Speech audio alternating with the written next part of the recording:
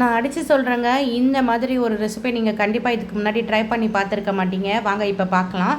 ஒரு பேன் வச்சுட்டு 3 ஸ்பூன் எண்ணெய் சேர்த்துட்டு, ஒரு 1/2 ஸ்பூன் சோம்பு, ஒரு சின்ன பச்சை மிளகாவை கட் பண்ணி சேர்த்துக்கோங்க. கருவேப்பிலை சேர்த்து வதக்கிடுங்க. இது கூடவே நம்ம சின்னதாக கட் பண்ணி வச்சுருக்கிற வெங்காயத்தையும் சேர்த்து வதக்கிடுங்க. நெக்ஸ்ட்டு கட் பண்ணி வச்சுருக்கிற உருளைக்கிழங்கை சேர்த்துடுங்க. ஒரு ஸ்பூன் உப்பு சேர்த்துட்டு கொஞ்சம் நல்லா வதங்கினதுக்கப்புறமா ஒரு ஸ்பூன் இஞ்சி பூண்டு பேஸ்ட்டு சேர்த்து வதக்கிடுங்க.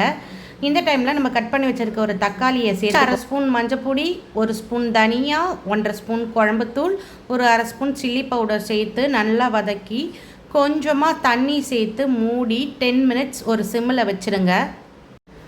இப்போ ஓப்பன் பண்ணி பார்த்தீங்கன்னா நல்ல அந்த தக்காளியெலாம் மசிஞ்சு நல்ல அந்த எண்ணெய்லாம் வெளியே வர டைமு நம்ம ப்ரானை போட்டுடணும். ப்ரான்லேயே தண்ணி விடுங்க, அதனால் நீங்கள் தண்ணி விட தேவையில்லை. இப்போ மூடி போட்டு சிம்மில் ஒரு 10 மினிட்ஸ் வச்சுருங்க. இப்போ இதுக்கப்புறமா நம்ம ஓப்பன் பண்ணி பார்த்தீங்கன்னா ப்ரான்லாம் வெந்து தக்காளியெல்லாம் மசிஞ்சு நல்ல அந்த எண்ணெய் வர டைமுக்கு நம்ம 1 ஸ்பூன் பெப்பரை ஆட் பண்ணிவிட்டு கொத்தமல்லி தூவி சர்வ் பண்ணணுங்க. இப்போது நம்மளோட டேஸ்டியான அந்த எம்மியான ப்ரான் பொட்டேட்டோ தொக்கு ரெடிங்க. பாருங்கள் எப்படி இருக்குன்னு. இதே போல் நீங்களும் உங்கள் வீட்டில் ட்ரை பண்ணி பாருங்கள். மறக்காமல் தினம் ஒரு சமையல் யூடியூப் சேனலை சப்ஸ்கிரைப் பண்ணுங்கள்.